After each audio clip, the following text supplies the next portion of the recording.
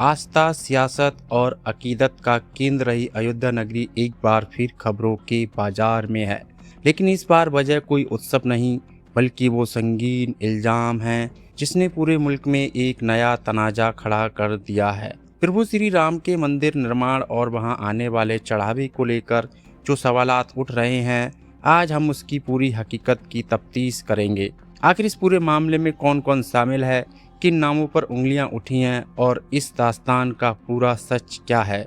सिलसिलेवार तरीके से समझें तो इस पूरे माजरे की शुरुआत साल 2021 में जमीन के सौदों से हुई। मुख्य विपक्षी पार्टियां जैसे आम आदमी पार्टी के संजय सिंह और समाजवादी पार्टी के पवन पांडे ने दस्तावेजों के साथ यह इल्जाम लगाया कि अयोध्या की सरजमी पर जमीन की खरीद फरोख्त में बड़ा हेरफेर हुआ है। आरोप यह था कि बाग विशेषी गांव के एक जमीन जिसे सुल्तान अंसारी और रवि मोहन तिवारी नामक दो डीलरों ने महज 2 करोड़ रुपए में खरीदा, उसे कुछ ही समय के अंदर श्री राम जन्मभूमि तीर्थ क्षेत्र ट्रस्ट को 18.5 करोड़ रुपए में बेच दिया गया।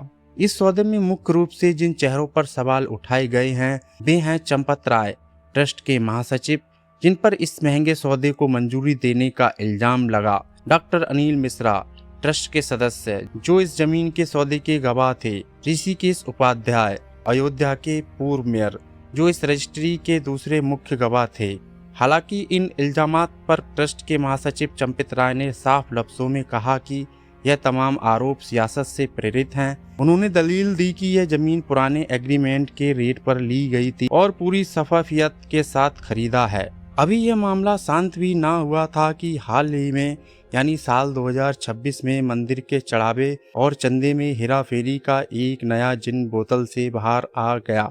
आरोप लगा कि श्रद्धालुओं द्वारा दान पात्रों से अर्पित की गई करोड़ों की नकदी, सोने चांदी के सामान गायब हैं। विपक्ष ने दावा किया यह हेरफेर करीब 5 से 7 करोड़ या उससे भी अधिक का हो सकता है। इस मामले की नजाकत को देखते हुए उत्तर प्रदेश हुकूमत ने फौरन एक एसआईटी का गठन कर दिया। एसआईटी की तफ्तीश के बाद जो नाम सामने आए, इन्होंने सबको हैरत में डाल दिया। दान पात्र के पैसे गिनने वाले विभाग के कर्मचारी लवकुश मिश्रा के घर जब पुलिस ने छापा मारा तो वहां उपलों के नीचे छिपाई गई करीब 10 लाख रुपए की नकदी बरामद हुई। इस मामले में नकदी और कीमती सामानों की गिनती करने वाले गिरोह के 8 कारिंदों को नामजद करते हुए जेल भेज दिया गया है। इस बड़े स्कैंडल के बाद पैदा हुए दबाव के चलते ट्रस्ट के महासचिव चंपत राय और ट्रस्टी अनिल मिश्रा ने अपने पदों से इस्तीफा दे दिया, जिसे ट्रस्ट की अहम बैठक में मंजूर कर लिया गया।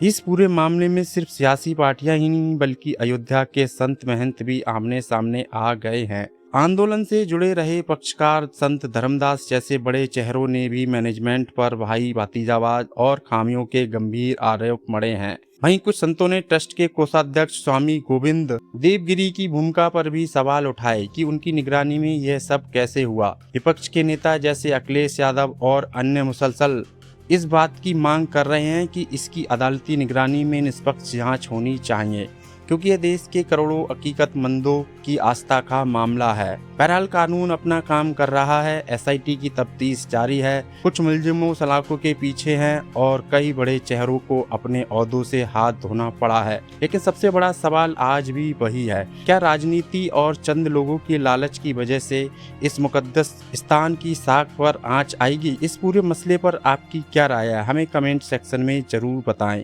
वीडियो देखने के लिए दिल से शुक्रिया।